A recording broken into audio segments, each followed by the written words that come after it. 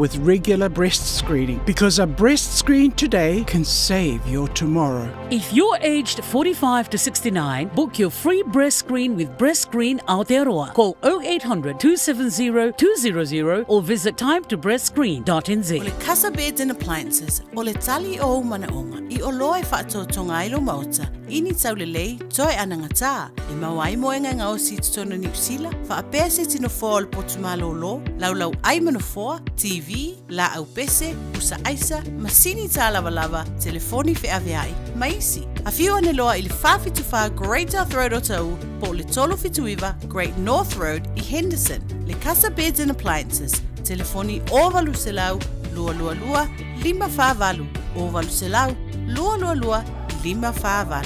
O fia afistau tama I whaamomoli Samoa ai omitele wa asami. O le AR Customs and Freight, o le au nanga la foina whaamomoli le waalele. Air Freight, vili mai alvin I le AR Customs and Freight, ili olua tasi valulua 5 tasi fituiva. Olua tasi valulua 5 tasi fituiva. Monisi whaamtalanga mai inga.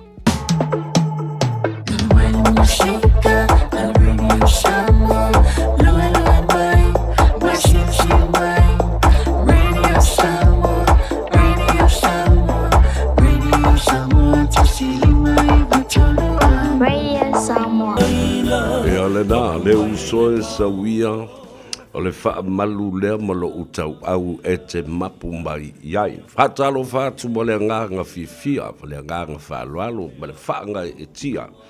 I le nei a sofau a fua I fo I le atua I lau soifua, ia me se fo I o se ola ma le malosi o le au au nei. O le ua tātu toi whenua ia I luma o le nuu, ma luma o le atua, ai le o tua o le nuu, e whale lau wasi matatanu ai tangata. Sa ofa la le leile atua I lau alofa ma lau wanga. Le lei tau buri pēr ia I mātou o lau whanau wanga sala ma le se le tele o taimi.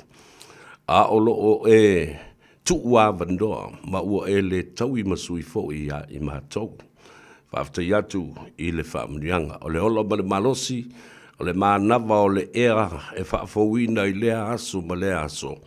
Ia maaso whaopopo o le soifua I le ngata I le pa ia maulunga o le mātou atunuu I so se tafa o le lalolangi o le o whaafonga mai ai. Ia masila mai mua mai ai. Ia matapua I mai ai. Whatalo whatu, maufolo whatu, ma le nganga whaaloalo, ma le nganga fifia. I le pa ia maulunga o Samoa I tafa I fia.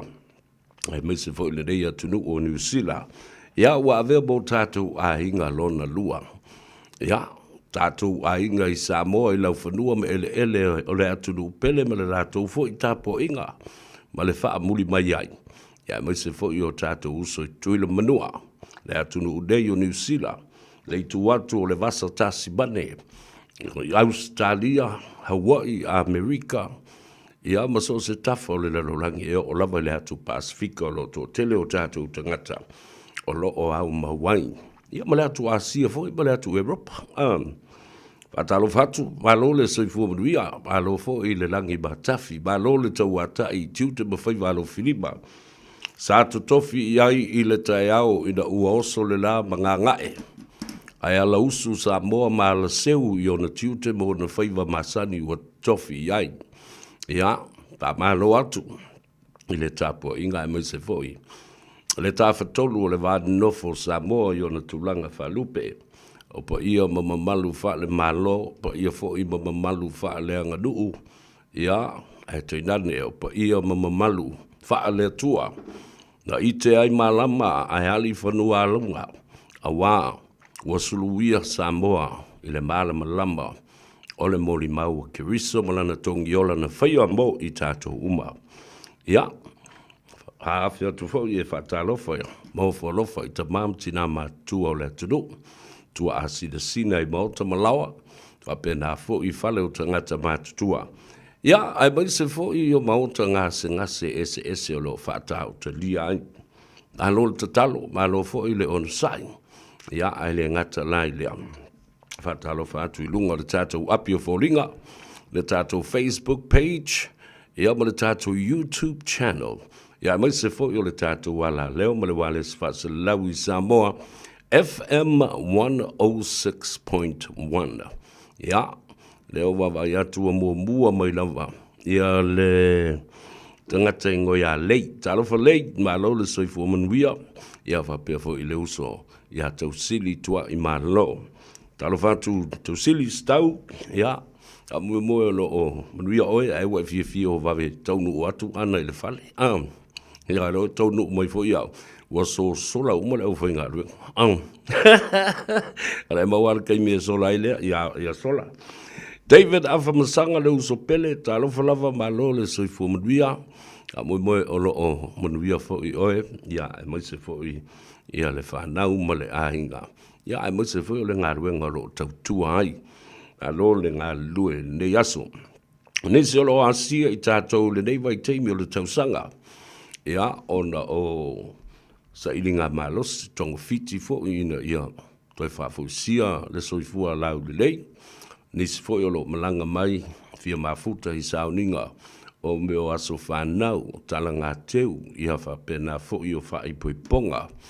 Ia a o le totele fo i o nisi na o nā siasi mai nei whanau mainga. Ma lolo malanga manuia. Ia ai pangalea e totele fo i o lo malanga mai. Ia ona o le fia whaatasi mai pe au whaamawai masauninga. Whaamawai atuai i se tasi sa pele le loto i tutono le ainga. Ia ai ua whaamanawa le atua lana tautua i le soifuanga nei. Ia ele o se loto o lo le ataua. Ia po o se fina ngalo fo i se tō whai le nai tu o le ainga. Po le ka le sia po ai lava. O le fina ngalo fai tō tasi o le tātou matai sili i le langi. O ia na ia au mai o le tangata o ia fo i nā te toi wha fo i atu le tangata. E lona mamalu ato toa. Ia le ngā ruenga ma le tongi ola na whai alo tātou li whaola. Wa whai ma whamana tunga ia i tātou o ia whianga inga naosi. Ia hasua tuai vai malu i puenga. Mori atu fo i wha maisenga ma wha mawhanwhananga. I ainga o mawhutanga o i kalesia o nuu ia o lo ufitia i le au pongi sa. Ona o le wala aupa ia a le atua. O le mua e le fuatia. O le tia e le seua. O le tau e velo i le maninoa. O le tau ia ma le tāfo i le apoia. E le ai se tasi e tū matete i le fina ngalo whaito tasi o le atua. Ia, o le wha mawhanwhananga le nā ma le wha maisenga. Ia te utou mautou ainga i le nei teimi. Tō tele i la tō lo tangi mai le ala. O le fia mafuta mai i pe au wha mawai. Patalo fatu i la tō o lo o ngāru rue a le ola la tō le kio. Ia whapena fo i le la tō apia fo linga ma le YouTube channel. Ia mai se fo i la tō i lungo le ala tele. Ia o piki mai le whanau wa manawa ua tu ua le aonga. Ia ai mai se fo i onisi wa manawa le ngā ruenga. Tātou uo e momori le lei o tō le tō whale. Ke aka kua ia i lungo le awala mahala i o mata. Tau nuu le lei ma le manuia. E te tau nuu loa ia ai o manawa lo. Se wawaila le tā ua tele o le au ave courier, au ave taxi. Au ave pasi, o e wa isi au ave pasi. O la e ave le pasi a la e tuu ia. Mea fo le earphones i o lātou talinga. Ma whaalongo longo i ama aka i ama kaula vea i ma le pasi la ngāri i la koui. Tā ua te lele i le tūlanga le nā. O lau mata ala i lungo le ala tele. Ia i fo i mana i au aveloni. A tō tele na i uso i aveloni. O mai masani wala to fia fo le na au nanga le na tau tua ta ua tele awa ale alu le loli e momoli e mele up north ele ai ya ale le na fo io ni me fa nga luenga e fa nga le fa mai ta ua io le nga luenga e fai e mele o aveloti vai ile to tusi le na le tu la fono mo lo saunga le mu e ai le taimi e te tau e ona paka matu le leila ulori ai matua fai le leisi nau si ngau mo i ingi le kiki fo le ala ke whalongolongo mai ai ia le lala ia whatalo whātu ia TASI, tasi, ia, malo le soifua manuia. Talo fatu ia ulurina, talo fa ulurina, o alofa fui mono, tolu iwa fa fitu, le number plate na o ta vale alofa ia ma fui mono. Ia, o walto tele o i lato, uo mai fo i lunga, wa iai ia lato, numero fo i fa pipi i au tafa. Pese ngumela fo se number plate, fa mai ia David Afmasang. Alo so fu lo uso fe lo ai. Alo fo tua le ia fiafi lo fatu mo oe le fo i ka su se kupe. Ya wal fa lawa ta maiti. Ya mo wi ali le lo sa inga se lengi di mo lo. David. Ya na o. Masalo ai wutu o le fo no te mile nei ele tele se te bisa o mata fo i mata i tu wina. Ia nisi fo i mata upu salo te ele fono. Ai o te tonu e o lama ia se tala i se teimi. Ia ai o le telefou mai sa mo le te mile nei. Ia o le mata uai. Ua le tali ina ele whaamsinonga le finaunga lo ia a le fionga i le li whaipule. Le tama le fale le sunga i atu ia a fuatongi pai le toa. O le whaipule o le tofi o le itumalo sa fatalua. Ta iai lana talo sanga e tawalatu i lana lo ia. O ani morianga na au maia e le lai tu. Ai mai se o le tofa ia le leua. Ia manisi. O le talo sanga la a le fionga i le li whaipule. O le mea ta o strike out motion. Ia wa fina watu la loia. E le te tau na wha wina se wha msinonga. O na, ele o iai ia se wha mauninga. Nei moni mau, peitai, o te ena ele wha msinonga. Ia ma ua wha tula i ma iai, ma wha tulanga se aso le masina fau. O le a mata o na ilo i nai ia i mataupu. Ia le siamia. O le vavai atu i la wali ia e mori mau. Au te le malmalama po le haleanga vaa o ni tangata. E no nofo i sa la whai. E le no nofo i le tu malo. Ai po le leanga vaa na la i ono mai e whai a lato mori mau. Po o ni tangata polo fesa o le tula fono. O mea nei o whainga pālota le tunu. O lai i le ofisa o le komsina. Mai lato o lo o ngā lulu e ai. E ma whai o na whātua ina. Ele whaamsinonga. E mai whai, ale mea monia. A iei sesi, e tauna tula e mai i ale komsina o whainga pānota. O ia e mana malama i le mata upulea. Ai peo na o vatua se mau e winga i le defense o le mata upulea. Po o le puipuinga ina ia malutia i lea ia tau. Ale fionga le li whaipule ia tuia. Wa le wala na tau na tāpena le mea tau le application for an interim injunction. Lala winga le mea na. Alau le tula fono. A whai wau tau popole tele. Sa au tau mumusi nei e tufo le tupe sa fata. Ai i le taimi ua whaatulanga ina ele malo.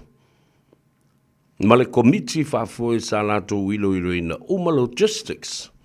Vaenga te tau na whaatumu uma. Ma ia ato o toa lelei. O na tufa lole. Ele ai fo ila se collaboration. Po se tulanga na fau whaatasi ai langona o le ofisa o le komsina. O lana au whenga aluenga. O le komiti whaapitoa a safata lua. Ia ma safata tasi. Ia whaatasi e fo i ma le komiti o ngā luenga te tele. Ma le siusio manga. Io. Ia sa whaurulu le tō wha a fui. Mau simano. Nā lara mena leo i whaise. That is one of the best defense, arguably, in the court against this petition. Io. Nā mena tō le mafofo i nā mea. A le lau tō o mai e fia mōri mau. A o le tupe, le malo a toa, sa tufa a toa lava I tangata uma. Ioi, ta iafe se lau, pe iafe lua se lau wale tangata. So there you go. Ioi, talusia I pu e maua mai e se tasi o lo ia, tu la I mo le fionga. I le li fai pule, ia finaunga whapea. E apo mai. O nei loa ila ia le tāua tele. Awa e le mawhai ana le. Awa ana o le whaamsidonga le teimile nā. E tā ofi lava le tupe. Ioi. Tā ofi le tu mau le tu whanga le tupe. Ai mana tua. O la ua wa lewa na mua tā a tufa tupe is tangata. Ele I whai ele whai ngā palota. Mium. Ele o se finangalo o le whaipule. Ele o se finangalo lana komiti.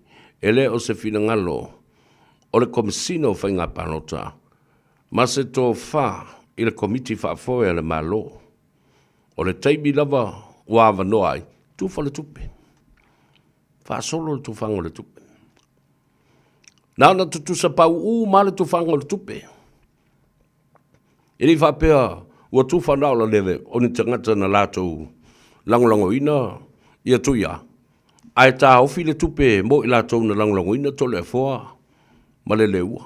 No. It was fairly dispersed to all the people of Safata. Ioi. Ele I alua wam whapea tu. Se tala. Oi, o la wuri ia o le pāroka ia le leua ma kole e foa ka hofi le kupe la wuri ia.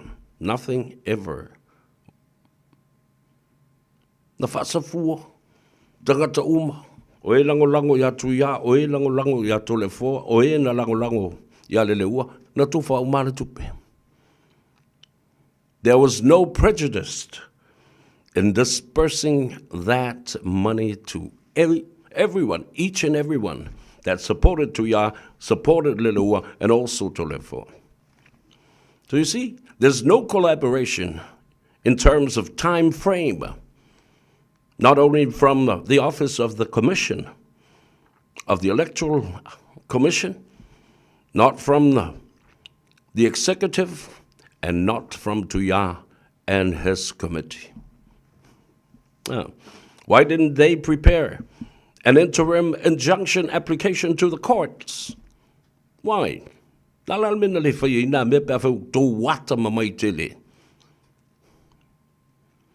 Enough. O te loa le lei ale mele, e ato I fafo, e lata mai le a au I le me tongi ai. Le nā futo e sau isto ino whiliwa ai. Ma whaiela na mōri maumla na tau tinonga. O le la ua vale nā matui ai le tele o teimi o tūna I atu o mea patino I tono le tu malo. A le fuo sau no le toina. Ma na ia lana whātō whala inga. O le mea tonu lava le nā, e te tau o le tau nuu iai le mata upu le nei a Safata. Safata lua. Manu I le tofi o loutou I tu malo. Le nale foi. Ua whaamuriaina I le sui minista o le matanga luenga. O le komisino sulfa inga. Ma le matanga luenga. O le Palestine o le fono faitula fono au o le pale mene. The legislation office. The commission of the ombudsman. Se va vai la ye. Se me le leila le me le la auto tilo nei ai. Tau te oe la lango tu le epa. Male HRPP. Male lato intervention there. Ma le lātou tawa nau ma tawa mō mai o loutou I tū mālo te le ma le mamalu. E whātau tau o tau whangu. E whaamata ngā ai le tū mālo, ma whaamasiasi le tū mālo, leo o ta oto le tofi, o le swimming star I te tonu I ate o tau. Te iwa vai lei. Ka pena fo I le mena whai e lea anā. Ona o le tau a mō mai e la wari ia. I petesa. E uina ua iai le tofi min star ia fui mono te. Aia. Nei se mea e mana o i nei tangata. Nai lo le wha malia ina o lato. Loto. Ele e lea. Eo. Ia nana se ia se a le tofi ma pa ua i. Ia le fionga le tamaita i sa fai pule. Ma umia le tofi o le fai pule ai maise o le tofi min star. Ai ua uma na wha tautou. Ka pena fo la le mea lea. You know, it's the same case.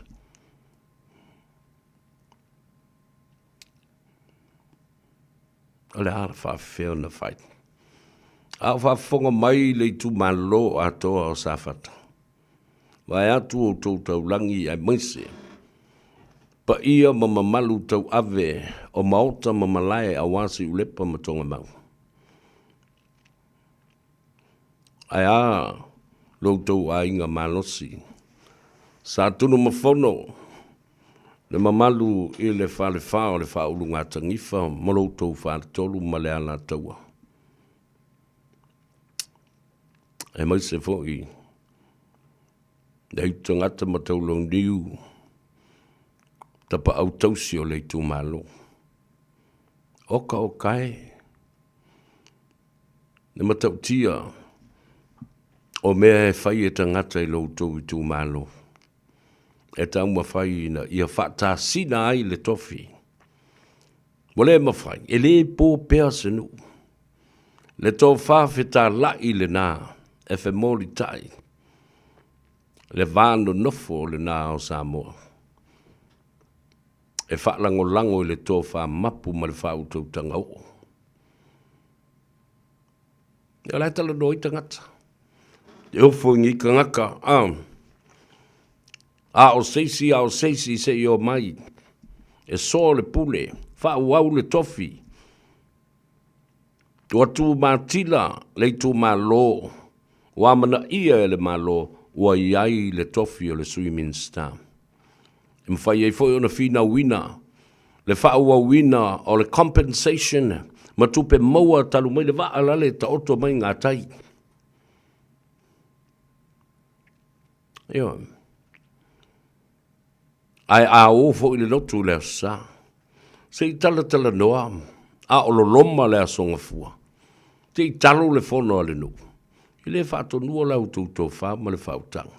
Ai o te manatu atu langa o te alofa atu. Ma o te tui malo fie. Ina ia mawhai ona no fale ia nganga maloto sa tui a maa. Te tau le mau. Ona o le alofa i le tu malo. Ai se a. Nanga e tele le. Le whai a. O so alo le tau talatu peo no avatu le teimu o sola. O le tama le nale o Samoa na ngalo le atali i o so alo. Le na ngalo atu lunga le vaa. Usu Samoa na ngalo mawal manu a sanga lala. Sa fata atoa na nama sa atun mafono. Le ala iyo na tui malo fie. So alo lei atau o savea lea. O tātou ngafa na. O le tātou vānu nofo. Ma le vātu tui le na. Te ofo lava la upe ale ngau wai. Se loto ma whapea tātou wālu lofo e le tātou i tūmalo. Le ua tufa mai le tātou tupe. Ua tūlai mai le tofi filifilia. Ai ua toe papae foi. Ina ua whaau uina lona wala au ina. Ile tofi swimming star. La sanga whai la wala i whea. Lau whai tō whaale nai whaalongo mai ma whaafonga mai. Whetu na i muni au. Ai whaafile mū le tumalo. Whaafealo whani le tumalo. O la u whautuanga le nā. Ina ia a o seisi e tauane ai. Ia lana foi. Whautautanga i lea. Patalo whatu. E le sunga ia whealo wha. Ia kopo. Alo le sui whomru ia. whaftai le mafuta mai, ia whapea fo'i ia le sunga whawhawina tāni elu. Alo le soifua whaftai le mafuta mai tufal tātou porkalame, whavale le fua semi. Alo le soifua manuia, whaftai le mafuta mai le ngā Gagaifo Faiva, malei atou sa vea I le nei fo'i a stofi o le whaatawhiti o ngā luenga uma sa ngā pātia I le atunu. Ia ai tāwalunga I le asoa tai au le ngā Gagaifo Faiva. I le wawai atu I le mata upu o le tulafono teu tau whaofi. O le whale tupe tu tonu a le atunu. Samoa Central Bank. Pea no whai atu ai.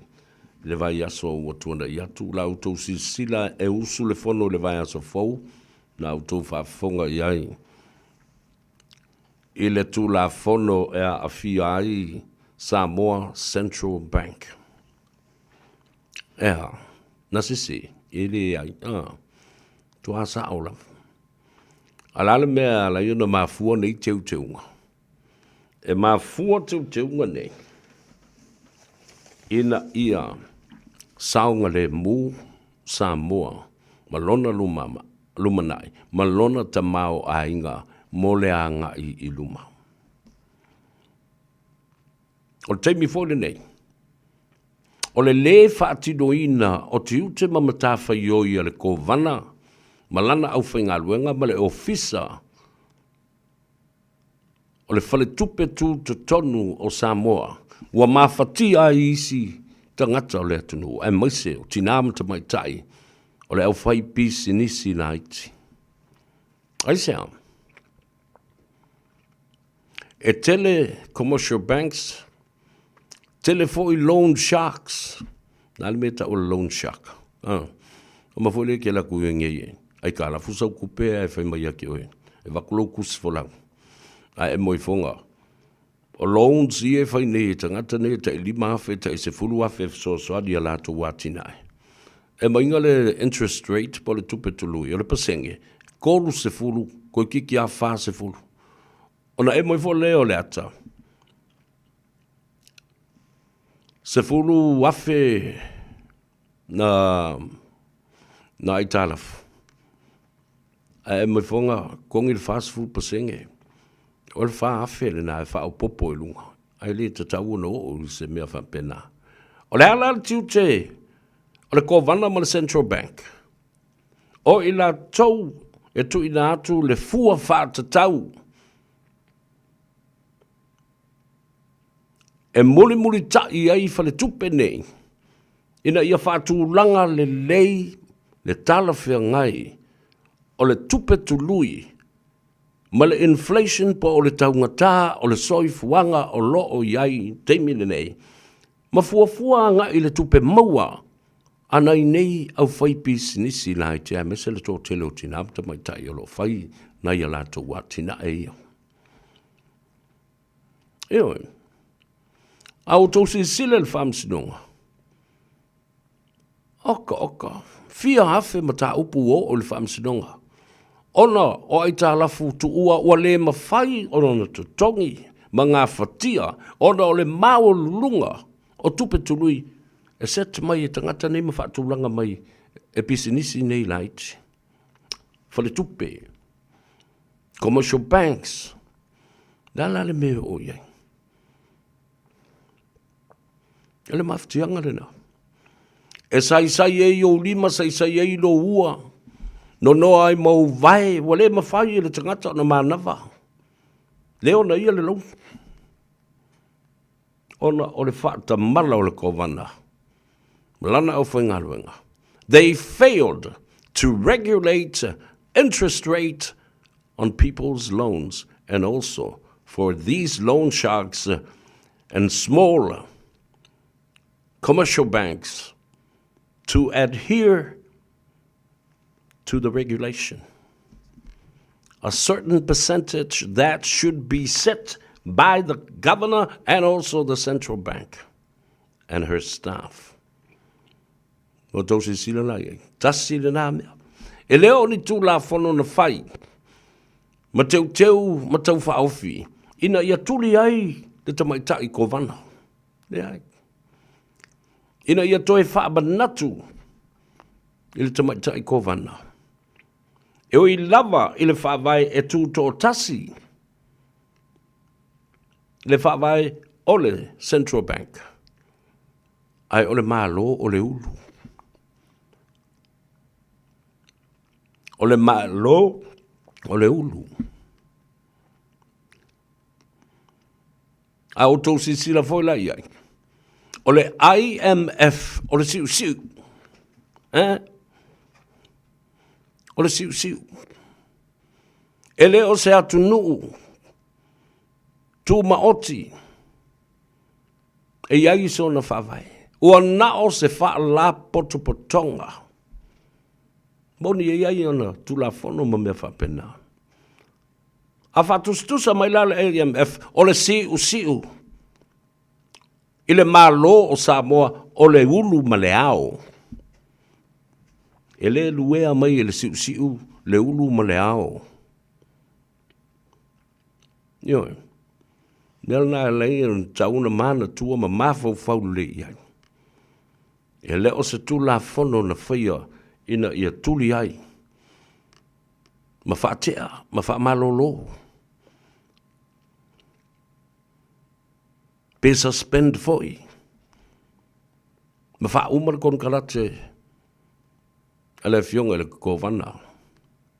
Le ai.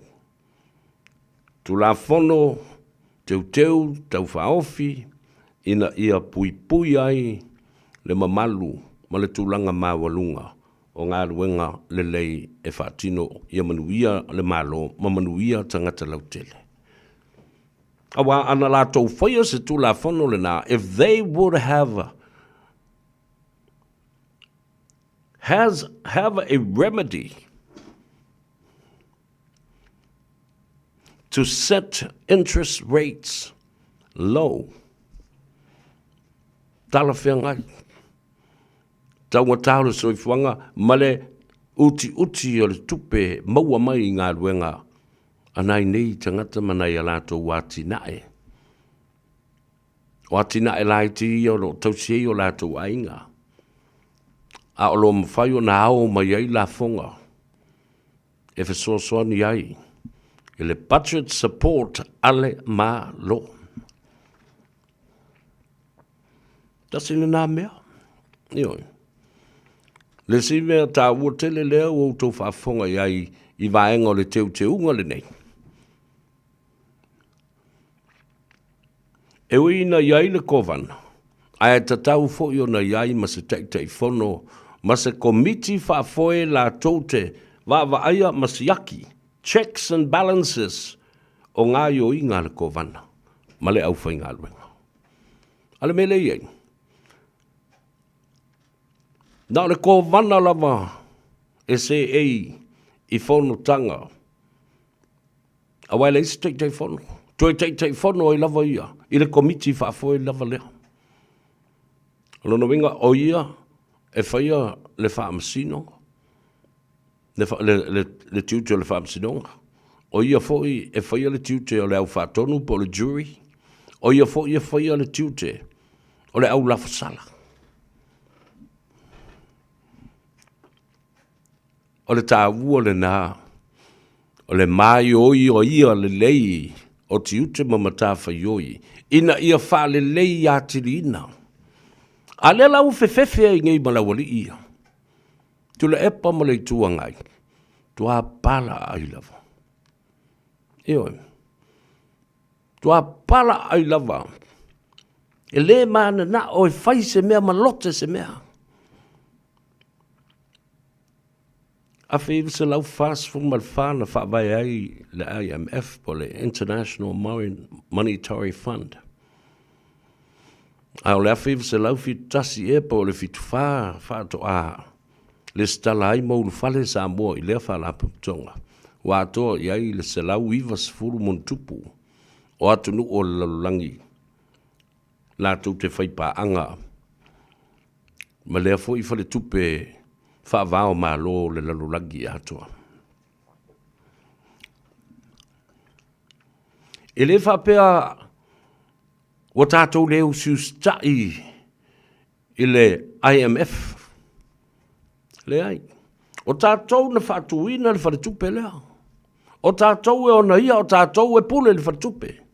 O tātou na whaia tu la whono. O tātou fo i e teu ina masui tu la whono. But if you look at how scared these people are from the other side of the opposition, kua scary keta, tala sao tala na vatu. Pala ai, fefefe, I swing a fou, swing a lele. Dal fa ya tua ma alufanga fa mai, oh, Samoa doesn't have the capacity. Samoa doesn't have the know-how. The people of Samoa are not qualified. They're idiots, they're stupid, they can't do anything about it. O tō whaafonga lapa o na whaafaingo fie lenga ngana. Tusa ua tau e tangata nei, tama whanau uma Samoa sa o tawina, nei meo tupe, ma nei meo accounts, audits, financial institutions, e wālea. Awa le whai ele upule na e whai o I petesa. Ma upu ia tau taraso o iai, ia tui lepa. Awa o le tala le nana whai ia tui lepa. Ina ua siling ia po le alama le mea ua le ma whai ia, o nā lu esi ma le tofu palmia, ai suis te tai. Pele ai lava seisi wana ia tape nā, o tiute nā, o le te tai ua loa na se ei, I le tofi. Ta pena leisi tai tai. Al mele I lau li ia. Nā tu le palembia, a sui palembia uma. Nā le suia, pauale nā le mea. Nā le sui na pekingi ia le mele naifan. I le o se tofu palembia lea wai ua na pa u. Ma tito, le palembia sa iai. Wale mawhai lana whaasoa, na whaasoa atu, ma tuina atu se tofi. I seisi lava tangata o lana pāti whaupwhai. Sa la lango ia te I le telo tausanga. Ai se afsila tu mai ia. Le ai masesi o la wali ia e qualify. Le ai foi masesi e ono iai ni ata mai mani anga waa la tau te taita ia ai the HRPP. So you see how small, how little, how belittled that he does to you every day. Awala I tau toi mai toi lau lau, le wā leo le atunu, maisi ta mawhana o Samoa na o tau wina mawhai o lato whailunga. Ewe, mawhawha wane, tasi ale tala e whaawinga ai, whaawhaingo fie le mea na. Leisisi o tau anga wha, a tau te wā leo umara. All of you are all idiots. Let's see. O le whaawinga ina le nā. O le tamai upo le nā, le sisi o tau anga wha. None of you are qualified. None of you possess any leadership skills to pass the title Prime Minister too. Junior singer from Pittsburgh. Steelers, yes, of course. Pittsburgh Steelers. Yeah, aloli le sunga junior singer. Fatalo fatu ya fa vale, a perfo ia yeah, le ngalai. Ia wa tātou wola wa tātou ta aloi. O kia mika tālu lava malole se fomuia. Ia se umala su se pese avani atoloa. Tātou e wha mawhanga ai. Oi, ia, lele. A lela wo mai fai I le mata upu nei tono al mautafona ma le pale mene o Samoa. Lea wo mai ma upu ia. Toi tanga I ma toi tilo. Wo umana fai feasible studies ma isi mau la pisina ngau sāma o mai. Fai mai e le ata ma mai Samoa. Le isi siwa o tauina o Samoa. E le lava lo tātou anga vaa e mawhai e o na whai ni mea. O la i titi tele tangata Samoa. Ala kiki Samoa o kako ke leo me whai leo tunu ule nei. Mea nai loa i lele ai o ni o tō wate tu lou whaafonga le tunu. Whataitai na whai o a whea la ai whai ai. Mai maa ue pēna tei tonu o le mauta whono mare pāne mene. Te whai atu i tala ia. O a whea e whai ai. A whai e le ma whai o na whai. La le mea tātou te le tā pena ai. Tātou te a oa uina. Le au wala e ma whai ai o na whai ma wha tupuru mea lea. Oi e loa. A ami mai tangata. Mai whafo e mai ao ia i tātou. Tama whanau o Samoa. Pe whawhena whaile mea ta o le stock exchange. Tatia ia nā mea io crypto po lea eo te le whalongo a o ia la uli o talado ni crypto. Nā o le stock exchange. Le marketi e tau lai uma iai e tō ai iai. Pisi nisi ma le au milionea le larolangi. E lea nofo i Paris i whalani ai fia whailana investment e iei tangata. E ngā lulue mō le tamaloa milionea lea, bilionea, trilionea. E wawa ai atu oso i fwoi lunga stock exchange. Le wa lele a Samoa, ma le company o lea, wai lunga. International market. Wo i lunga pisinisi a Samoa. Well, it's tala i lunga stock exchange and their worth and their values. Afa mai ta o tuai lista malo le whingalwanga i le mea le. The Wall Street for me. Boss, you know, do you think you want to invest in the sunny island and the beautiful paradise of Samoa? If you say million, well, it's what say. To say la million, may say la covale. May post it. Tell them I'm interested. Well, to sila ia I me fai. O mai tangata ata mamai. Dala me umfai na fai le stock exchange afiti. Awalong at foi le luanga ia ma matonga. Na foi join New Caledonia la to ma le French Polynesia il stock exchange in Paris. Alal me utato le fisili mai ai. Ya New Zealand ma Australia. Fisili ya le. Ya tua olo nale male. Mamalu le senate le plestene. Po o iai ni alato aseta. Wa posti lunga mali company. Wa posti lunga stock exchange a America. All territories of the United States are all part of it. Au tātou o Samoa. Wha me motua pala yo I no mo whalongolongo.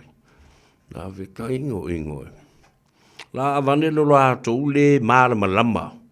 Ma le fia marama lama. Ma le mana na oi whai. E sa tia ai mela se e i lauri ia. E langa uma I lunga me nei. E sa tia ai. Dala leo le musu e langa le stock exchange. Langa. I lunga. Le tūlanga. E te tau o na toe pui a malu ai tupe a Samoa. Ta wala atu tu la fono teu tau whaofi. O le whale tupe tu te tonu a Samoa. Tu whale tātou porkalame e tā ua tele. Mo le malama lama o le tātou utuno. Ai sea lea mawhauwhaunga le atau sa vea. A o I na mua mapuna I whai lātou loa. Le tele o tupe elea, e lua mea. E ese mea ta o tupe fau. New money, new ideas. Ese le mea ta o le tupe elea, money laundering. Ala lea, na tātou black mark. I le Unia Europa. A lea lava nofo. Le tātou whare tupe tū tonu. Wa lewa na mai ta wale ia e mai whafo. E le una lei. Tele le tupe le au mai ei ta wale nei. A o lea ana le oti al tama lea. O Lorenzo le malu i te tonu o Vietnam. E le malanga i mai fo lunga me nei. Fitu accounts ua matua tau fia matapunia mau fe wo ye su su ngona mea. Oi tangata i tua mea ia tai fia sala wafe. Le sau te tonu ai fa pe I o na sau. O a accounts ia mai fafo le o mai ei mea nei ia tupe nei. Patalo fatu ia fua I ali I sope malole soifomnuia seve Ioane tafa le solo malo lava le soifomnuia malo fo nga lulu nei aso. Like it, share our program, and also leave me a comment. Te lola utala le mea la yuno fatu nei le fefe o tangata nei ma le pala ai because they have been sitting in their comfort zone for so long. They don't want to explore. Ma ta tala le vai fale I atina e fou. E loa I ua ngata lo lato malama ma lo lato I loa. Their knowledge has become limited. They can't think out of the box. Ele mawhai o na sopo loa, le lato whaasoa ma le fia I loa, ini mea fau, nale mea e, whai mai ai, o le tali o lo o I lea lii, o le tali o lo o I lea nganga o lea tua. E mafua sea, mafua I le upu, o se tasi, o tu la fono whaavai o le tangata soifua, langa li vai le tua. Tātou te le vai le tua, lana folana, tātou te le vai ini mea tutupu mai, I teu ngai o le tu la fono. Ai se tātou ta alo le whaalau o le tu la fono, ma au lape o lo whaata oto mai. Nā le uinga o le upo o le whaatutua. E sa vali a Paulo.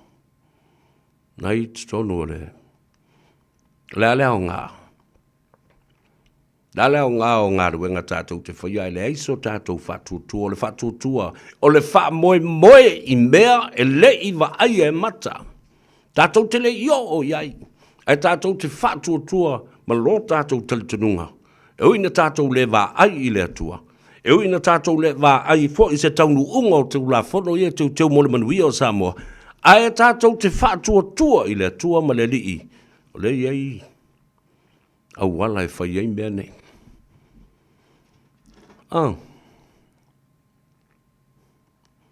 Tu mai I le mata upu sirisiri. Whaatustusa I mea I e ma na o lauri ia. Poloka. Poloka Samoa.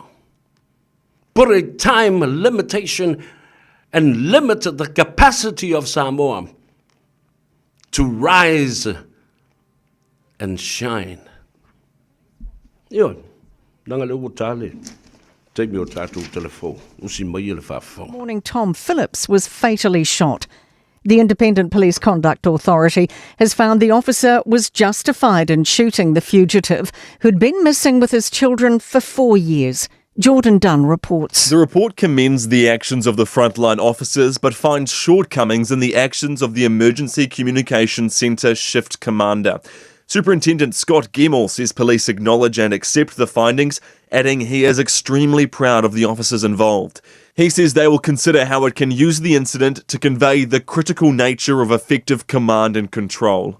Sky City has revealed it's planning to lay off hundreds of staff and is considering selling off its Adelaide hotel and casino. It comes as Spark confirms it's already cut hundreds of roles. Business reporter Michael Circle has the latest. Sky City says it's made the tough decision to cut 200 to 250 jobs, mainly in Auckland, to cut costs. It's also begun a strategic review of its Adelaide operation. Sparks confirmed it's cut 627 roles in the past year, after already slashing 1,300 roles the year before. A View, the government's new land market watchdog, is a great step in helping prevent housing shortages. The independent urban land market officer role will be introduced under the replacement for the RMA. They'll review if markets are competitive and advise actions to councils and the government. Business think tank New Zealand Initiative Chief Economist Eric Crampton says it will help the market function better. New Zealand's housing problems fundamentally stem from not enough land being zoned for apartments, townhouses and new subdivisions in the places where they want to live. That's news. In sport, Warriors Chief Executive Cameron George is hailing stability as a major upside of contracting coach Andrew Webster until the end of 2032. George says long-term contracts offer clarity for planning and confidence in the club's systems. That's certainly the case with Webby at the helm, and I don't think anyone that ever watched a game of footy or not watched a game of footy would dispute that Webby is a very good leader for our footy club and players alike. The Silver Ferns Commonwealth Games squad now has 6 players confirmed to play in Australia. Goal attack Georgia Heffernan will join the Sunshine Coast. And the number of Super Smash matches covered on TV will reduce from 64 to just 24 as New Zealand cricket battles with a $7.3 million deficit for the last financial year.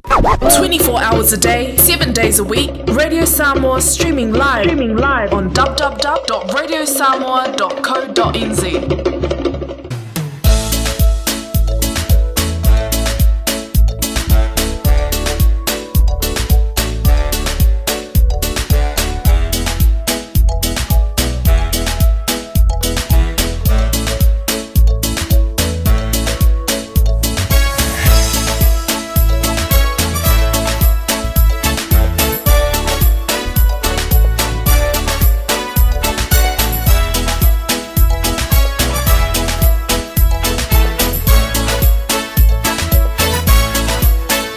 Everybody, do your tapping, 1 and 2, yeah, for your protection, yeah.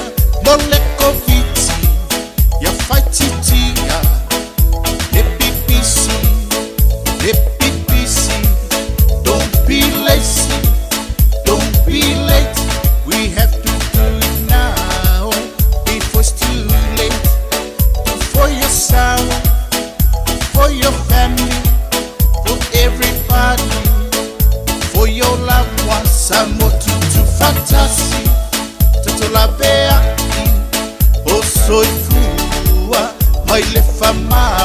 If I long to be, to boy, ole koviti, Samoa tutu fantasi, tutola bea, oso ifua, maile fama.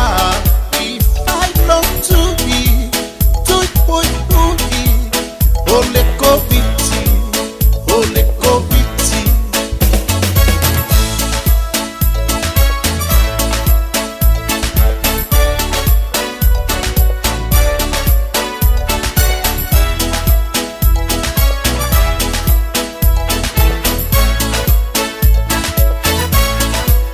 Ewa fight woman, fight our fight. Oh, a woman be ile la lolani. Se filo tu, epu, tato tasi, maile famai, do your vaccination for your protection. It's gonna change your situation. You can work, you can travel, no more worries for tomorrow. Samoa tutu fantasi, tatola bea. Soy fua, maile fama. If I long to be, boy, ole koviti, Samoa tutu fantasi, tatola bea. Soy fua, maile fama. If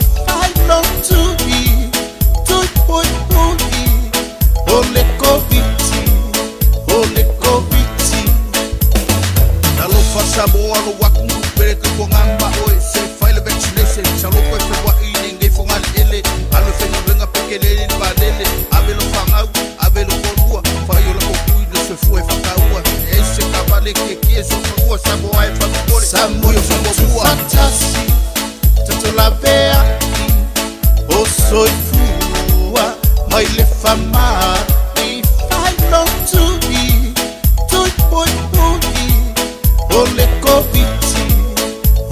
koviti samo tutu fantasy tanto la bea o soy fua mai le fama if I know to be to boy ole koviti samo tutu fantasy tanto la bea o soy fua mai le fama if I know to be to boy ole koviti samo tutu fantasy tanto la bea o soy fua mai le fama if I know to be to boy ole koviti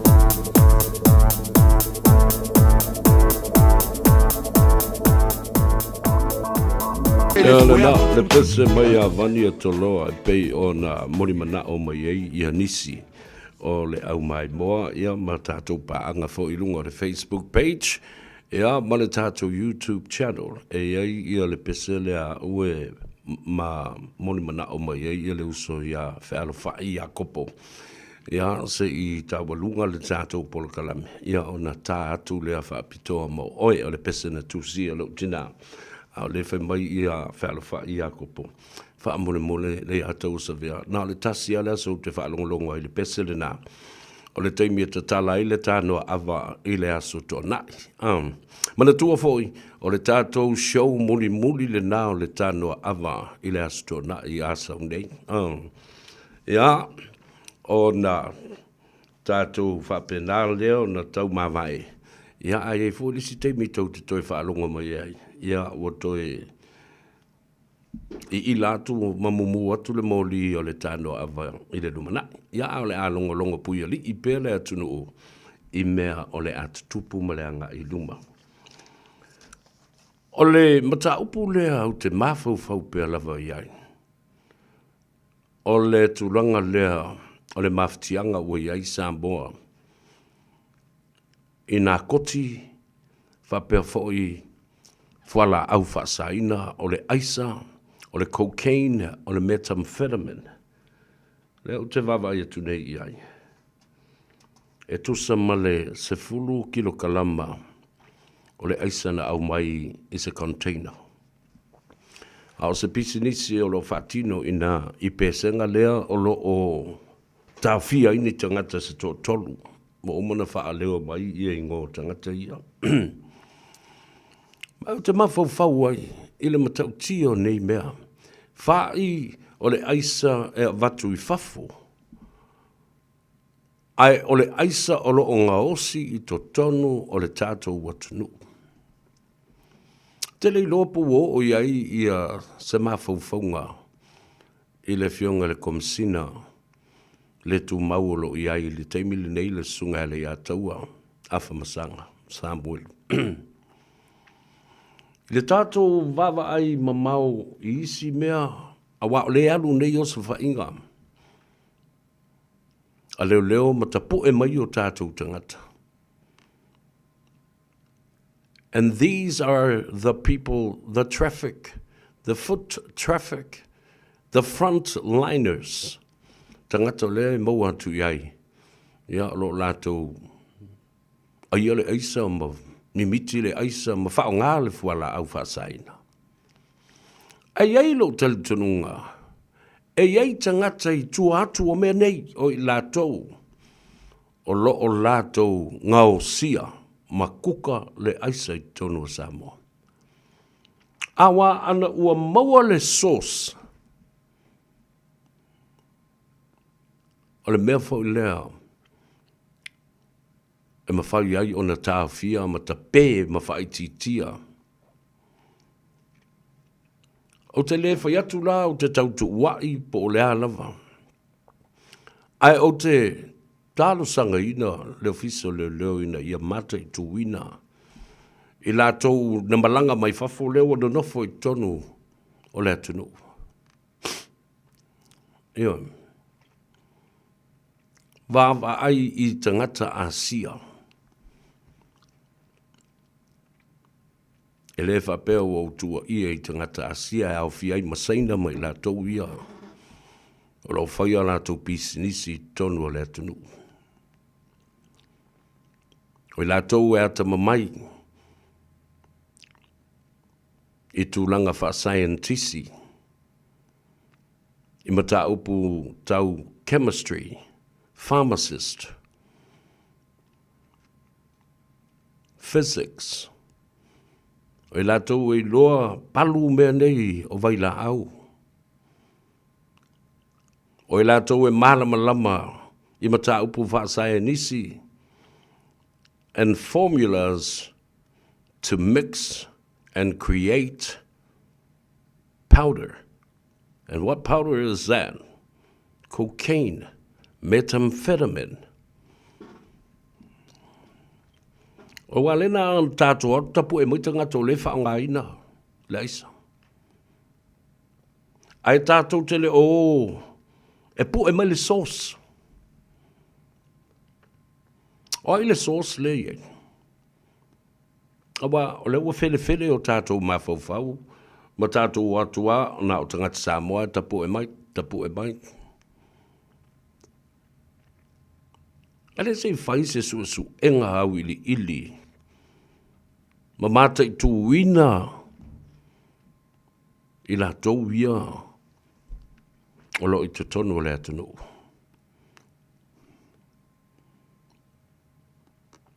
O fe au mai ai tupe. So se whainga lava a leo. E mau atu ai, e le ngata ina mau I la tau ia, e mau fo I mameo. A upenga o lo whao ngā. E pui ai. Telefana, telecomputers, telefoni. Ai maisela. o le matua lu ngā tupe le ato leo pe a toi fo i mai. Whela o ave i nā tupe. Tatia pela le tupe le na ale o te tala noa. I sources po i lātou o loo ngau sia le aisa i to tonu o Samoa. No whapela i le, why not change a little bit the focus, not on the foot traffic soldiers, but let's go and find the source.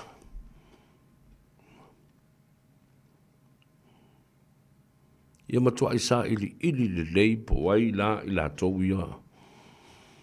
O lo kukaina mga osi le aisa i to tonu o Samoa. Fataro fatu ia Churchy, malo le sui fumaria, ia whapea fo ia Telesia Booth. Talo fatina, malo le sui fumaria, whamumoe o tele nisi o wala watu le tato Master Koko, pole Koko Master fo ia tato, cocomaster.com. Ele telefoni, ale uso ia Daniel lesa ia tiang. E umano tango la ia le whailo atu. Te wala au sa o lava iai. Atalo fantasia, whambu moelo manuia oe male. Masio wali ia me se fo ia si o tau ainga i nā i whanga paroa. Ia pole atu whanga loa foi.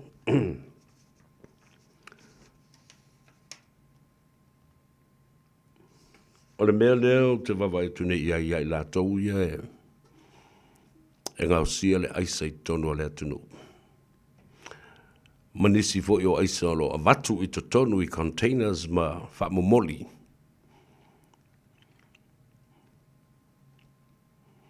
O le mea leo wawai atu iai. O le mana o ngau tangata nā. Ia matua sala lau le aisa i tangata Samoa uma mana tupulanga. Ia matua i to a tele tangata e vālea ai. Ma le anga i mawhawhang.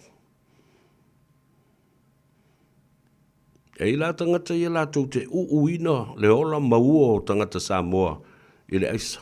Because it is addictive.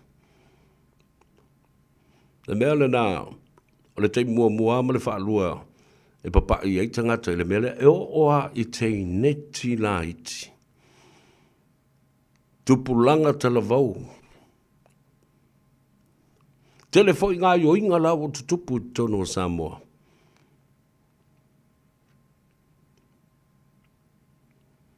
E pei o le mea lea, o le sex trafficking. Whemoli tai o tupulanga tamai tai tala vau, mō whiusua inga, whaasoli tu la whono.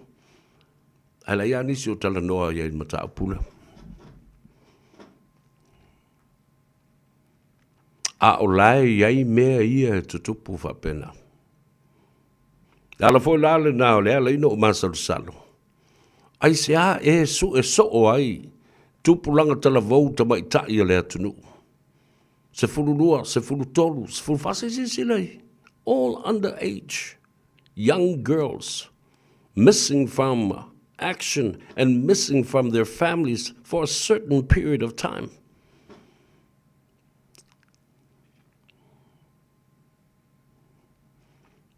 Te le lava le ngā ruenga, e te tau o na toi tuli matai, e lau sunga le a taua a whamasanga Samuel. Whamalo atu, i ngā ruenga lo whatino. Ana ele se i nā,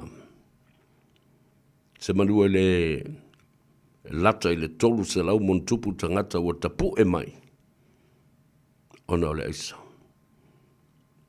Mau tolu fo, ia tō tele tangata la tau te mumusu. La tau te whaailo, ai la tau te iloa le lei.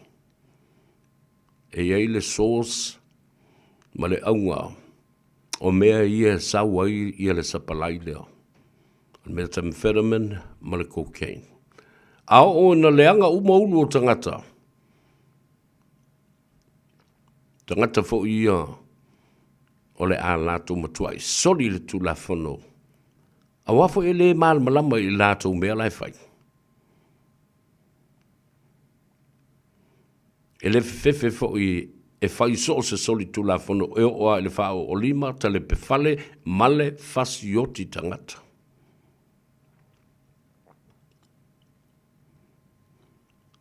O le talsa o le talalina.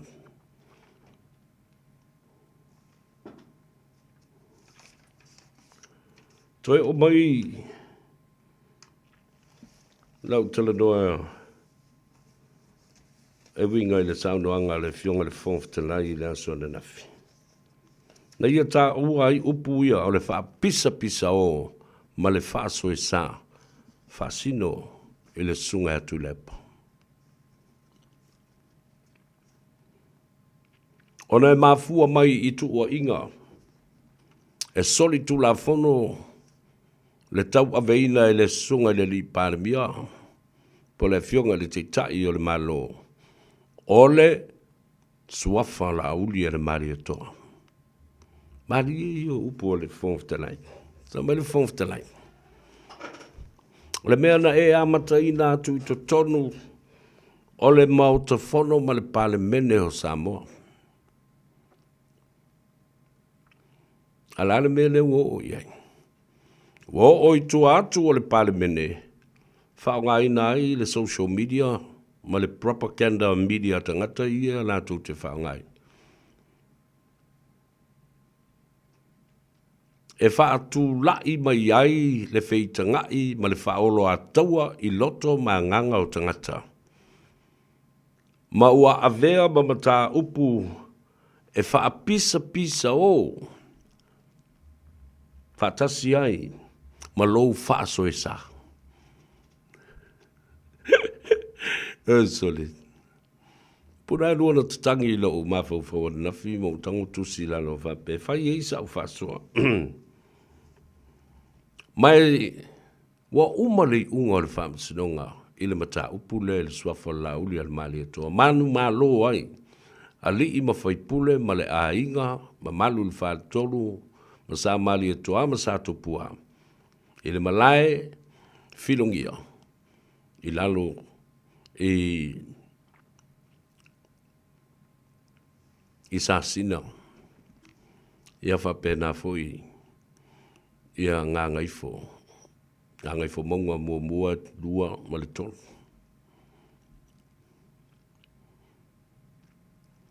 O le mea lau teo foi. O te toe whabanatu ma toe watu ai i le vaenga lea. Wa uma le whaamsinonga lea so luas fulma le lima o iuni o le tausanga na se ima vai atu nei lua afe luas fulma le lima. A leo toe au mai e tu le epa i lunga. O lea wa uma na tusi atu le palestino o le whaamsinonga. Ele i uma le whaamsinonga. O lo o iai ia se isi a pili i lunga o le mata upule nei e winga i le swafa la uli ala mali e toa. O tō whafonga lei. O le whaaso e sā lea ma le wha pisa o lea. A le wa uma na whaile i unga le whaamsinonga. La le si unga le toi whaatali ei. La le mea ue le aluai lava o e la tau ia. E whai. Sau lava tangi e winga le mata upu nei a private prosecution with the lands entitled court. A le wa uma na whai le unga le whaamsinonga. Fe mai e ma le fionga i le fonftelai.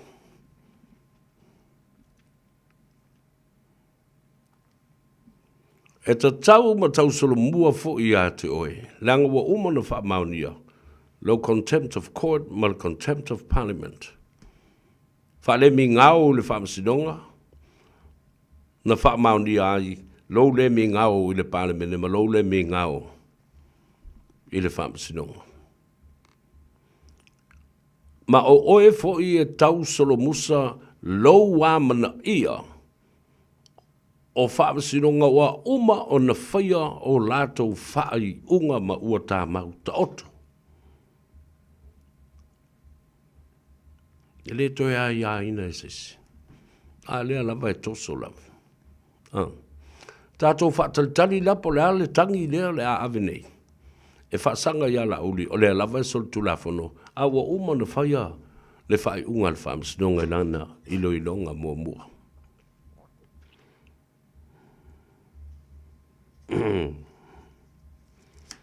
Ta ua fo i le whonga whitalai. O le mata upu lea. O le tau velo lunga a le mautafono ma le pale mene ma ia o le whonga whitalai.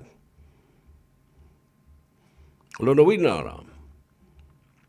E le tango wha temu iai le mautafono ma le pale mene ma le tō wha i le fionga i le whonga whitalai. E le tu o whauina. Ia tausura mua. I la wadi ia mātua. Ona tausi le file mu. Ma wha awhea le whani le atunu. A vai atu lam.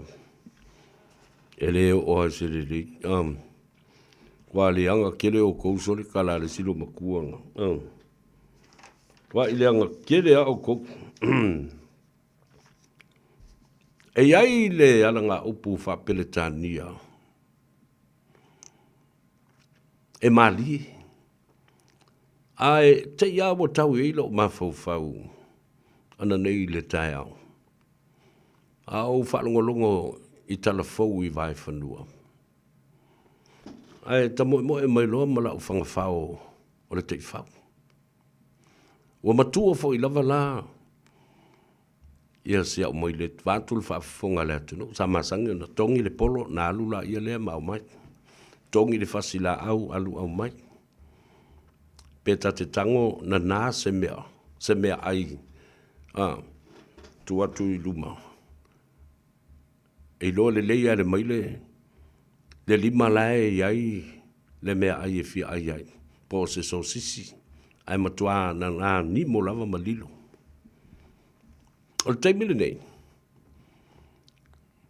Ona o matua o le maile. Mantua o le fuafuatanga o le tausanga o le tangata. E tasi le tausanga o le maile. Ai tusa le nā o fitu tausanga o le tangata. A lua la tausanga. O sifuru wha. A tolu ua lua sifuru tasi. Ua silia le sifuru ma lima tausanga. Talu ona iai le taifau lea i tutono o le mātou ainga. Tango la e whaatele. Le sifuru lima tausanga le nai le fitu. O le ale mea mauaini. Tango e whaatele me tau mai. Truma lima, fitu, tolu lima, tolu, fitu, se lau ma le lima. A fuala i tausanga le maile leo i le temile nei. Oval se lau ma le lima ua matua le taifau. Nala fo le nā, o sa vali wha toso lo loa. Wana le toi masani fo i tonga fiti ma ta alonga i e masani a tongi le polo e alu au mai. A tongi le fasila au. E alu au mai. Ana nā se mea ai le lima, nā te ilo le lei. Pa ilo na lima, i le lima lae o lo no se pale o se fatu moa, pa o se so sisi, o le mea ai le teifau. E ai la, le ala ngā upu wha peletania wha mai. You cannot teach an old dog any new tricks. Tango lai wha sa mua mai. Wale mawhai ona e toe aoa o ina se maile ua matua tele. Ini tonga fiti fau. O ai tonga fiti tuai ia. Ua musu e toi whai.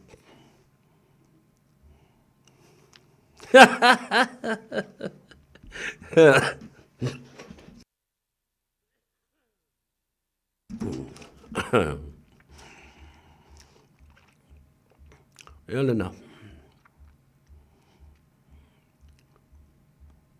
Le mea le nā e tupu Pea tilo le tūlanga whaapolokiki ma upu whai o mā lo o iai le taimi le nei. Mea fou au mai e lauli. Tupe fou, mā fou fonga fou. Whaatūlanga fou, whai ngā whaavai fou.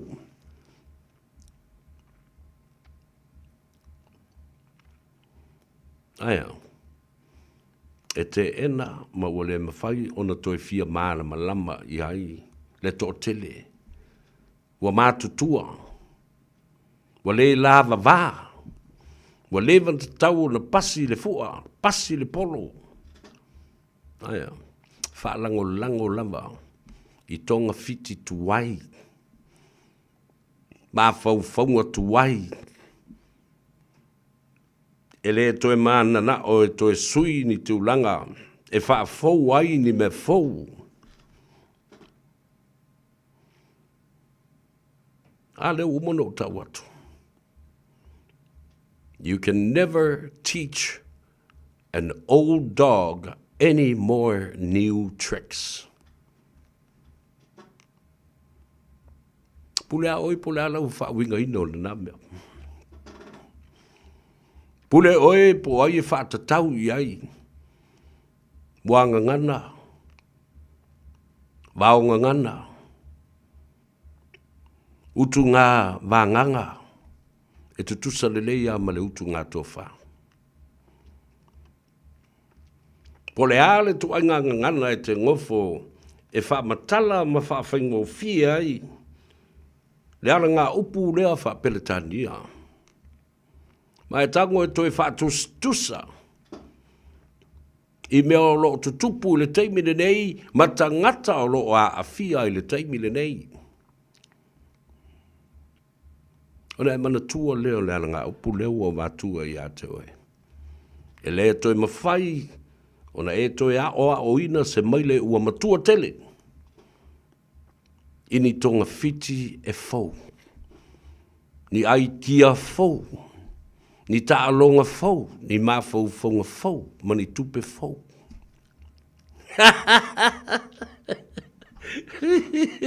O ma kwa i fili di sai kolosi o lele, ma longa mafau fau le bele tal noa tuai. Ya onfu la ia le fai au tau tala, ma au tau tifinga, ai au tau o mai lo la. E wha matala leo wingo le ala ngā upu lea, ma le upu poto leo o vātua nei. E no foli o e whai lau whai ua. Ma whai lau whātusanga. Metaphoric comparison of that proverb. It is so similar and it hits home exactly of what is happening and how we see it now. What's happening now at the current time and place, and who are we referring to? Yeah, pulao. Ora wali I umala I te te. E te te I mea fou. Wala tau le toi taliaina ni mea fou wa mātutua mā fau fau. Wa nao mea tuai, matonga fiti tuai, sama sani ai. In their own comfort zone. Patela tu te loa le lein. Wala tu tapu nia le whaita toa mo alo matama whanau o Samoa, ma le malo o Samoa. Tātou te sopo loa I loa, le ala tu I lea. Tātou te lei loa se mea se vanga nā o tātou taunu ui leisi tu o le vanu. Whawhen tātou o io. Ia oa uina I tātou. Ma tā pena I tātou. Pea, tosa lema na mtau pulea. O le palo tātou I whafu. A whai tātou te le I tā pena iai. We're not ready for it yet. We might as well start at somewhere. Alan tātou o leisi tu na tātou ngā lulue ma o ma le whātua tua e iai le awala ma le whāsino ala le tua. E a oa uina I tātou ina ia tātou wata ma mai ma ngā waa e whaulea lau papa tātou te o leisi tu o le vata. This is exactly the same scenario with this. Amendments to change the rules of the game, to make it better, to be safe for the Samoa Central Bank as we move along. And to make sure that we are not going to be left behind by the new systems, globalization, international movements, the social media, and communication as well. Aua nei tu ua I tātou wa alu le pasi. O so solo ane le train mo lele le valele, alu le ta vale. E usulo mal pese foi lele. Le pese foi lea to malatai siaki la pana. So sola uma o tai, saila ima leke. Tia I oe I le ala tele. Nofo ita. Whaalonga kui loka whaku o male pelipe. Tātou. Ne I tia I tātou I le ala. Nau o mano whai atu. O Samoa, o le malo, o le ao, o le ulu. O le IMF, o le siusiu. E le lue mai e le siusiu o le IMF, le ulu o le ao, le malo, Samoa tutotas. Na o le ulu e whea ko ke kenge mai, keme mai lo mare siusiu. E la le nā, e le o mawhauwhauina, loloto iai, e le o li ia mawhai mai. Oh my goodness, if we don't listen to IMF, yeah, certainly you will be left behind. This time, IMF has to listen to the head. Palongo I le malo. Nā me tau te whiwhi le IMF. O tele tau tupe sa ai tā lafu mai le IMF, ma palonga I le atunu. A lele wa saulu li poti, ma wha maumaunga. Pa u mea lalo le ai lava se no ngā tupe ua whai e le teime le nei talu no tū lai mai. Ngā uli, ale maali o toa, ma le whai ngā mālo, ale whātū tū e le tū sa bo o tas.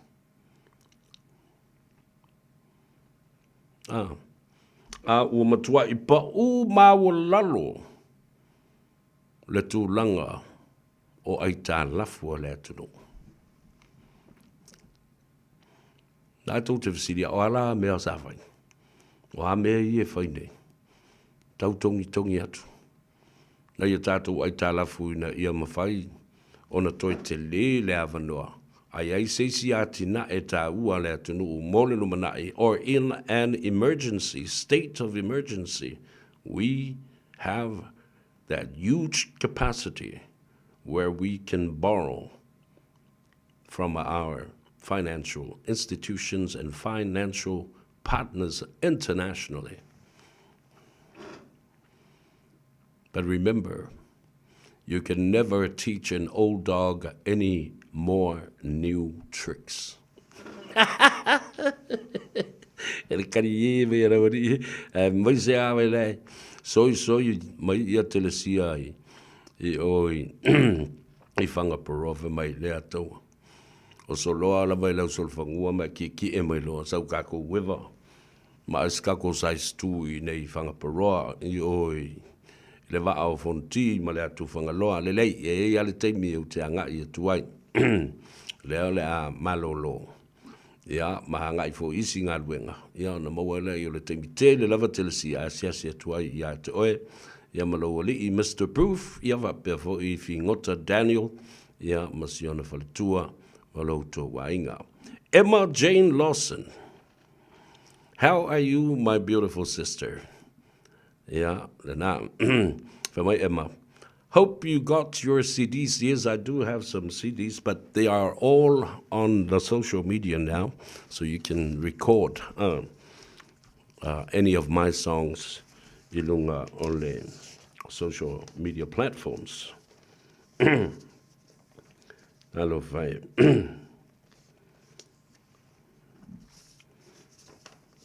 Lea foi la o nei. Mai. Kala ba le ri ngau sa vea na tau mai ai. O le malo Samoa o le ulu. A le AMF o le siu. E le lue me le siu le ulu. Aia. O le tala sa o le tala na. O le tau ngau tu la fono tau whaofi ia malo si atu. E ai ia fina unga whala tu la fono e fina o tuai. Ia le kovana Male Central Bank. Whapena fo i ma le tātou malo. Ai le whapena alwala au mai lava o le siu ma tātou minoi ma lue atu i ai le ulu o le au le malo. I le vā lea tunu le nei. Ma o te matua whaafitai i le fionga i le pāremia e mese fo i le sui pāremia le minsta o tupe. Ma o tau uma i o minsta. Whaafitai i le fionga le li pāremia. Wa ia tatala atu le whai tutoa. Ma tufa atu, ma whaasoa atu nisi au nanga o portfolios sai ona tau au. Lea wa whae atu i o tau wao ma o tau tau au. Melina o te whaafitai ai. Thank you, Mr. Prime Minister, for delegating some of your responsibilities. They are huge. To other portfolios and other ministers that they can carry out and trust that they will do the very best and the due diligence in all needed. Nā, whaia ma le whaamaoni, ma le whaatuatuanga, e whaatinoina, mea uma i le manuia. Awa ana o tau silsila pe au toi whaatepa o tau. I le tō whaa le pāremia ma le malo. Nana tūlai mai lava lua sui pāremia na tofi. Ewe na whaatonu mai i le whaavai e tasi le sui pāremia. A o lea na tofi le lua ma le whaamoe moe o se tūla whono le nā teu. Ina ia pui e fo i le mamalu o le ofisa o le pāremia. Ma whaasoa ai ngā tusa o na tiute ma matawhai oi o ngā luenga whai. Ina ia whaasao le teimi mo le pāremia mo isi fo i tiute ma Faiva e te tau na awai atu iai. Nea sao tau sisila ye. Na ona umalawa le whaatautonga si ngase le pāremia. Ai to o lua na sui pāremia. Na se ei mai le tofi. Ma whaafile mu ai le atunu. Ma whaauau ngā luenga e te tau na whai. A o pēr le sā. O le fionga le li pāremia lana sa ili ngā malo a wālo na ngasa. Ia. Nea la ua whaamanui atu ia le fionga le li pāremia. Ma tuwha isi portfolio sai o na tau au. Isi minister. Ia whaftai fo i wato fia mafia ne. Ne whasoa whaatupu mo le whaatamari i le fionga le pāremia mana na kāpeneta. Wato fia aile ta mamatua. Ia honorable tea to ala pe ato. E avea masisi minister si nia o lana kāpeneta. Minister o le fono. Ma le minister o le ofisa o le sulu whainga. Nea oi nā iei le fionga le tamasa tuala le fionga avui Clarence Nelson pei ona tō fia ma whātautō ai i lona wala o wina le lāma yaso ua tuana i atu. Le ala le nā le whai atuai ma le whautuanga ia i lātou i olo te ele tu la whono teu. Whātua tua i lea tua. Aua tau te whewhe vale. Aua tau te atu matangi. E tu tusa le lei ale mea le nā e tau te pala ai i ai. Ono o tala e whai ave ai e tangata. O le tala e le vaea ai le lea i le matanga. E o mai lo tangata whaafefe o tau mai ngā tei e tua i le pi onga ngai pongi sā. Whamai e ile ai tū le nae e no fōi nā.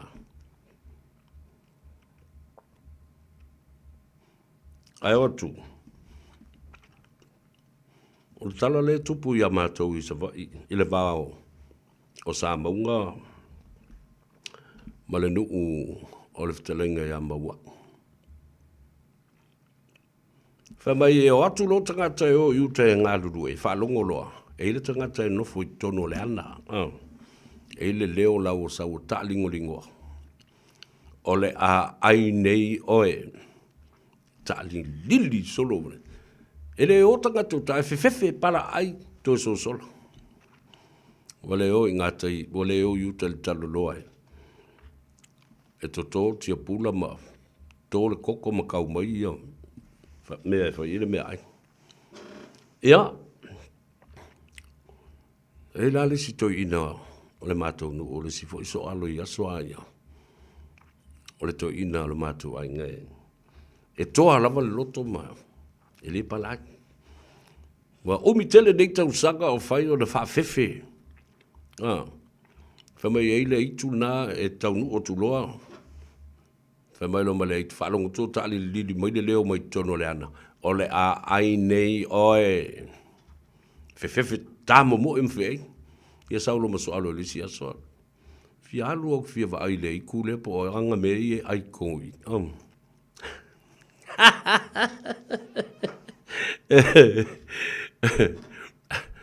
E la konga. Watu, i tono le anu. E ora pusa mai le asuma. E ola lae. E ola le taina fia le. Au si tama i toia ina seina lae whaatuoi. O lae se i a meo ana sina fo i e te le lopo fe lae se i mai i a fulu ma sina lo. Ma tu whape nei du ma leafi. Ma whai le fulu. O le a ai nei oe. Lela ai fulu o le sainga. A e whewhewe e ma le o i e o uka e whaile vau. Whape na umale mele tupui. E le ai a se ai tuolo i tono seanga. E le tatau ono tau whewhewe i suinga le lei. A watau te atu matangi. Tasi alo talitununga. O suinga le lei nei e sa tia ai. Mea sa au tau sapi ma se e ai ma maua ma. Ai se i manuia le atu nuu atoa. O ane pasil tu la fono le nale. Ma ia sila i le saunga le mu o tupe le atunu. Ma leo o mai o le money laundering o tupe ele lea i tutonu o Samoa wa leva na iloe o tau. Tele tangata na lato iloe le ai masesi nara shut up ala mele na fai. Ta pundi le ngutu le tangata e musu e tau. Talanga ile mea le tangata e maua ile mea lea na sawa i ta avale ia. Ai tai fia se lau afe le i tutonu o accounts o tangata nei. Wana nofo Central Bank, wawai atu. Oi la tau e tau ne whaile tiute, ma avane lo se li poti e ave, e tau fia ai and freeze these accounts. This money laundering scheme has been going on for so long. Fea la wo o ilsu swega. Oi tangata i e sai tu o le mele. Ai sea ua vave o no oi fo ilunga. Yoi. Ai sea, why did it surface so fast and popped up? Just after Lorenzo Lemalu was gunned down and assassinated in Ho Chi Minh City, Vietnam. Ia mana I whatupu manatu I ate, oi mafo whawibere I ai. Awa, le popole vale fua. Ma aua fo I, tau te toe fi nau mata whela mai. Le anga o le mata ma whaalongolongo e to o tele o le atunu e ata mai ma malama le lei. Ia alu e fesini po le ale wingo le ngā upua. Ngā kama i mwanga ngana o le au. Au e ke fi ngau makawhela. Ke whai kua ele o whewhela uma o maka ele peno le whai ai whai au. Tā walunga atu ai. Ina fu i tala maari e tātou te tali e ai. Ia, ai alo whamai le tua pule te tele. Vai lua tutusa so tātou manuia. Tā walunga le ngā Gagaifo Faiva i le asoa tai au. Ia le stofu muri fo i le nei. O le ngā Gagaifo Faiva. Ia, alo whangia le tua. A tātou tau mawai, ia, anga le leile tua. Pe te tau muli mai i a te au po, te tau muli atu i a te oe, o lau whaitali o le na. Mai o te loa foi. O le atu tele le atu no. Ia, o lo atu tau mate, sale! E wa tau te pole. E whai e le tua isi mea sili. Mo i tātou uma mo oe māu. Ina ia tala whea ngai le lei. Awa, lo tātou. Ala i malo, ma ia manu ia tina e le tangata i o lona ainga le kalesia. Ia ma mea whai le atunu. Ai une ngalo sau vai le ola. O lua tasi, lua i mawha, fitu iwa, lua fitu, numera nā le atau savea. Isi a tātou marketi, o le grand markets, nā tau no atu ana le lātou oka. I le numera tasi, Triangle Road, i West Auckland, Massey. Ia o le sia tātou marketi, Tasi Market, lea o lo i tono o mangele, taftafa tonu o le McDonald, nā lo i tamba Robbie, ia, ma le au whenga aluenga, Auntie Fiona, mai lātou, tele mea he maua i nā le Tasi Market, ia nā maua whenga tātou talo. Maua foi le ulu, maua le mea le koko Samoa, maua le mamoe, maua le moa, te la tu Tasi Market. O mea tau lima uma le atu no ula lo ta oto ai ina. O le vai se fou, ia, o le ei fo i le isi whaatulanga ina. O tātou Pampenisini le nei o le Z Station. Se furu Z Station i le tūlangi i Sisifo, West Auckland. Z Stations uma e se furu i West Auckland.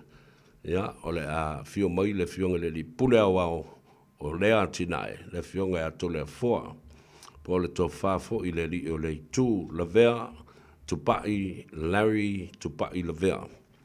Ia, sunga le fafionga inga. O ia ona uma tinae na. Ia, ma le atatala alo ia. Ia ma le whapena, on the mobile mic, you know, a quick place to stop by, you know. Mamawai, Bavape, or Tapuni, the dairy, but Tapuni, I've been 24 hours, 7 days a week. You know, if you, my moe, I live my son, you fat, winnie my moe, in a said station. I live well, walking, I live color, la ye tato brands na, at the Pacifica, I miss the love of Law Samoa. If you ice more, yeah, rockula, molo more, you know, molo up a link, mawala, so skamako malau. Malau pisu po ina. Ia o la uto fa fonga iai. I se teimi o mua. Ia. Anga leile tua i lunga le ala tele. Pa pena fo ia te utou o ta pena mo le sifi po. O utou o lo o avele ta avele teimi le nei. Famili atu le ia tau o save ia te oe. O tātou i lunga le tātou apia fo linga. Rofa te lea tu mo tau tufal tātou por kalame. Love to you, Emma Jane Lawson, and your mother Vaitupu and your family in Salt Lake City, Utah. My sister Ngaleai Doreen Lavea, and all of you, Olo Fafonga Utah. Yafa Foi Sergeant Lei Atawa, Senior Sergeant Lei Atawa, Aemale Malo. Haseni Rohala Lavea. Fita uma le tātou tunu. O e olo o aafia i le military America. Tātou talo. Let's pray for our servicemen and women to be brave and to be safe and to come home all in one piece, walking towards you, not with a coffin covered by the United States flag. Ia tele o tau tabam tina matutua o le tudu, ia anga le lei, ia ma whafulolo tau soifua, lo whafoi le matu tina pele ia tapuitea, ia maletama, ia Sofi, tu ia li I sofa, ia male whanau e ina I le pitonuu o takapuna, au mualo ave ma tina ia au ona, le fionga ia masoe tauli Iosefa, ia manai o tua whawhine maletama o vaisi ngano, ia lo fatu, to tele o tātou ainga, whiangai mari, ia whapea foi ia papali rosa, a talo fatu le ia tau save ia te ultu fine, ia whapea foi le fionga ia tuyoti, mongole awa no he tala no haima whasoa foi I le au woli nei, o ne ngalo lau tasi, na tasi market, lo moe lau vai o leola. Ia, mawala au mai, I le tā telefoni le nā. O lua tasi, lua iwa wha fitu, iwa lua fiti lo a tātou moe, e su ele pesere, a tau le na, mana o mai I ai, ia se tasi o uso. Ia,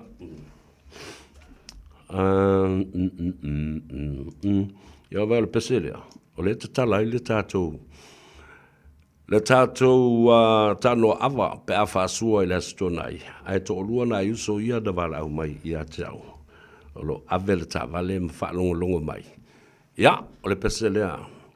A si o tina sa tu sia. Ai whaaleo mausuina ele I ata o sa vea.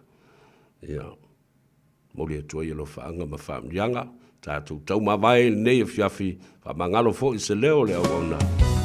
Ia. O le tātou whenua I le asua tau. Soifua, alofa tele mo oe. So leilo a fuafua wa umataua o ole a le pungai ua e whaapea mai ai o whea lo wha maoni o le alofa e tau I le oti Ta alofa I o manatu O le awa e tu I alo ufatu E manatu a le amatanga Ia upu mau loi mata Na e whai mai e le ai se unga O la ta mafutanga Wa e ilo nei leo langa Ma ua sui fo I o lo uanganga O nei mau mea na o mana o I ai Ua le lea uma I le ala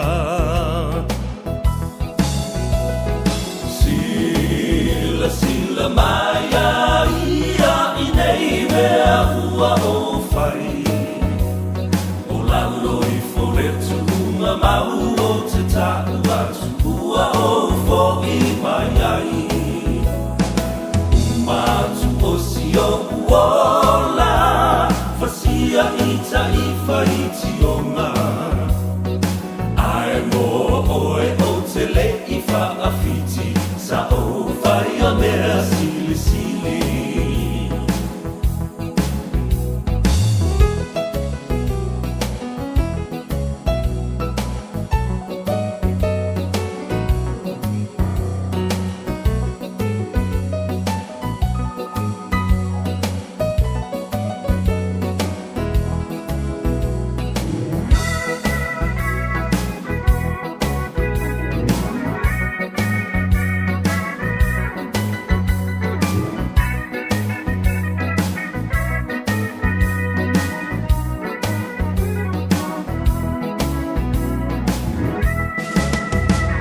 Talia oe e lo ua inga Ua mau tu le masaninga